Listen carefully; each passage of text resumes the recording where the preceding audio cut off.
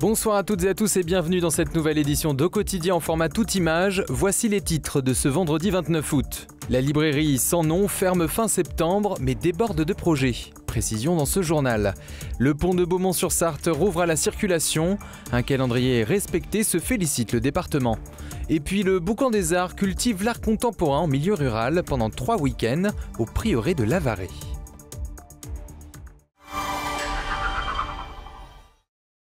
Les syndicats réunis en intersyndical appellent à la mobilisation le jeudi 18 septembre. CFDT, CGT, CGTFO, FSU et Solidaires, entre autres, ont décidé de s'unir pour protester contre les propositions d'économie formulées par François Bayrou en vue du budget 2026. Une grève qui s'ajoute au mouvement de blocage du 10 septembre né sur les réseaux sociaux, mais que tous les syndicats n'appellent pas à rejoindre.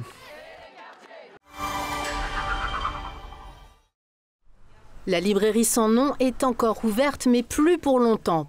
La rue Nationale, elle est pas si, il n'y a pas tant de monde que ça qui descendent encore rue Nationale. Le livre, c'est un petit peu difficile aussi en ce moment. Et c'est vrai que depuis 3-4 mois, le chiffre d'affaires a un petit peu baissé. Et c'est complètement écroulé en fait avec les travaux. Depuis mois avril-mai, là, ça a été une catastrophe jusqu'au mois d'août.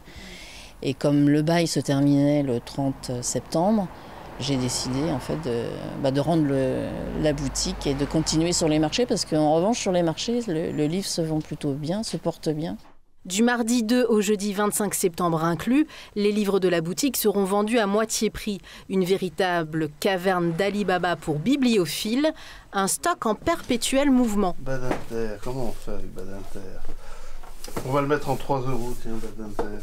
Dans la mesure où la plupart des livres étaient déjà là, oui, on réorganise. On réorganise essentiellement, quoi. Mais enfin, c'est quand même du boulot. Et puis il faut qu'on a plein d'autres livres en stock qu'on va ramener parce qu'il y a des trous qu'il faut qu'on bouche, quoi.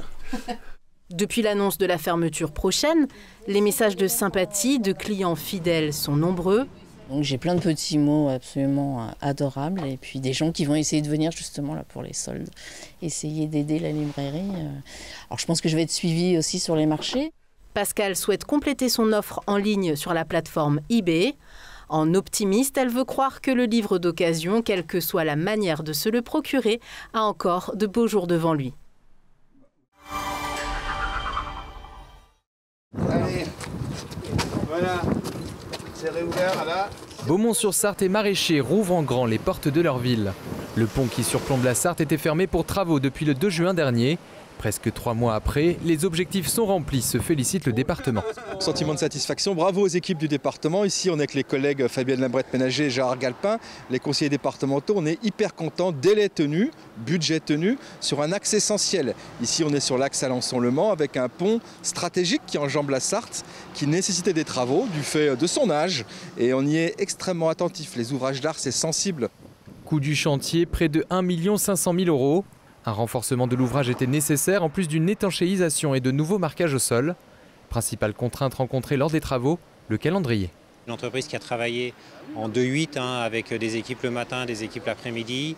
Et également, on a travaillé des samedis, des jours fériés pour pouvoir remplir cet objectif. Donc c'est quand même des contraintes qui étaient importantes, pas dans la complexité vraiment du chantier, mais surtout dans le planning qui était très serré. Un axe majeur en Sarthe, puisque près de 9000 voitures y circulent en moyenne par jour, dont 970 poids lourds. Selon le département, ces travaux sécuriseraient l'accessibilité de ce pont pour au moins les 40 prochaines années.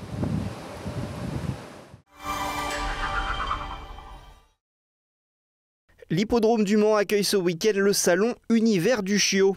Une trentaine d'exposants proposeront des animaux à la vente et des accessoires. Mais ce type d'événement est vivement contesté par les associations de protection animale. Une pétition contre le salon du Mans recueille plus de 20 000 signatures sur Internet. Ce sont des salons qui marchandisent les animaux, c'est-à-dire qui font du business sur le dos des animaux, alors même qu'en France, on est le premier pays en matière d'abandon, avec environ 200-300 000 chats et chiens abandonnés chaque année en France. Et pendant ce temps, en fait, on a des éleveurs qui organisent la reproduction de chats, de chiens, et qui les vendent. Donc c'est un scandale. Les refuges aujourd'hui sont pleins, ils sont saturés. Et nous disons aux familles qui ont réfléchi profondément au fait d'adopter, d'aller dans des refuges. Quoi qu'il en soit, adopter un animal n'est pas une décision à prendre à la légère, mais doit être un acte réfléchi. C'est l'heure de l'invité de votre journal. La JALT fête ses 50 ans en national et pour en parler, nous sommes avec le président du club, Anthony Huard. Bonsoir.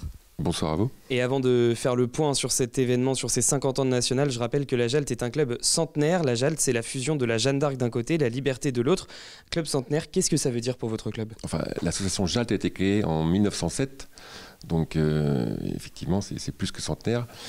Mais pour le basket, centenaire, puisque ça a débarqué en 1927 et 1928. Voilà, absolument. Donc pour un club amateur, c'est quand même, ça fait preuve d'une belle durée dans l'exercice, en fin de compte, qui n'est pas simple. Et surtout que vous parlez de durée, c'est aussi ce qui fait la force de ce club, c'est que depuis 1975, le club n'a pas quitté le niveau national. Tout à fait. Qu'est-ce que ça représente pour le grand public qui n'est pas forcément averti en basket ?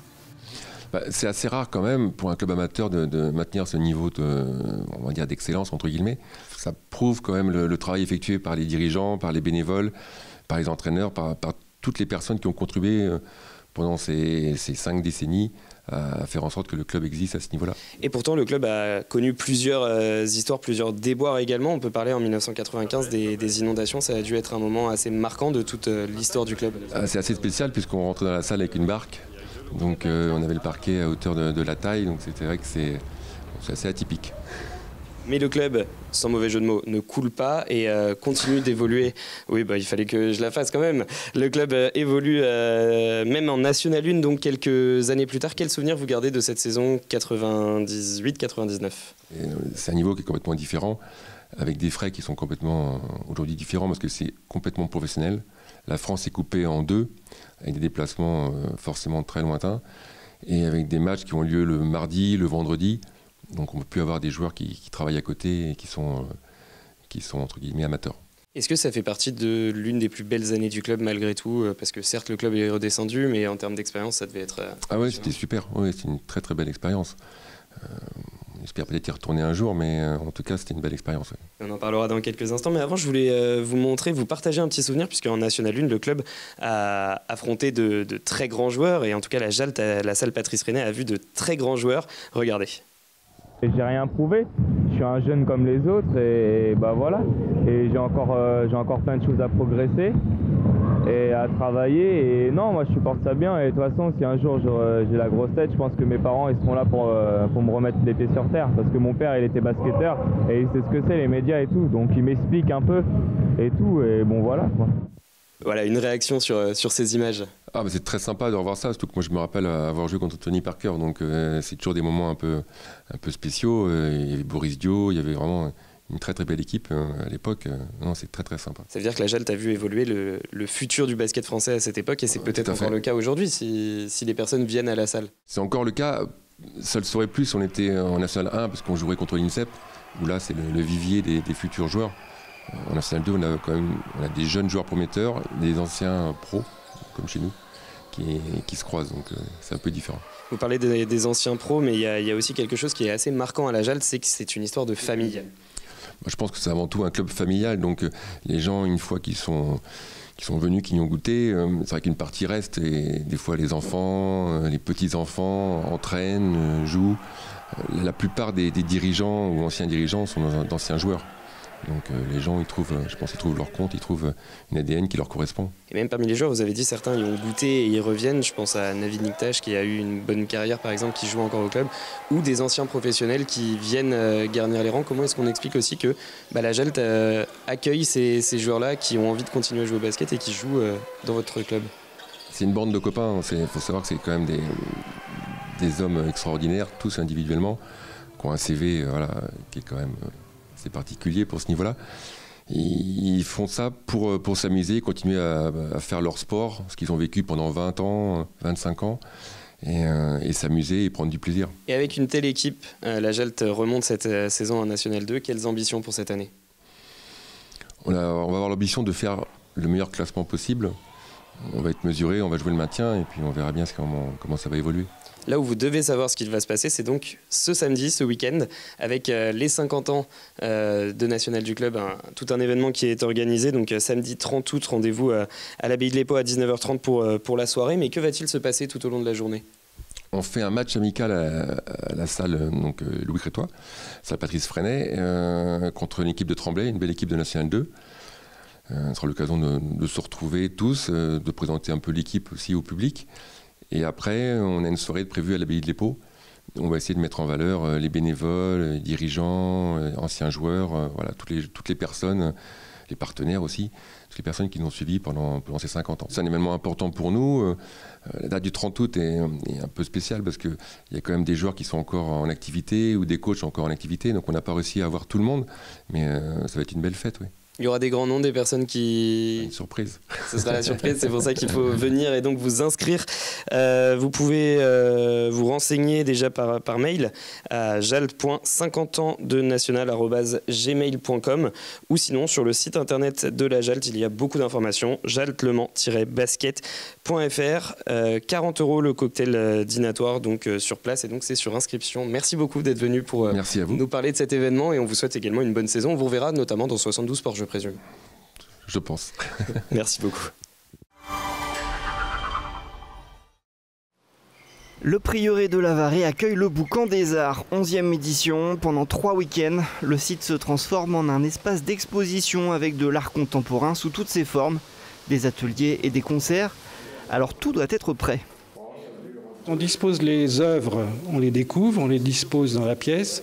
Et ensuite, on va essayer de trouver une scénographie qui va être cohérente, harmonieuse, et selon les espaces, selon la lumière des œuvres, enfin voilà, il y a toute une limite qui se...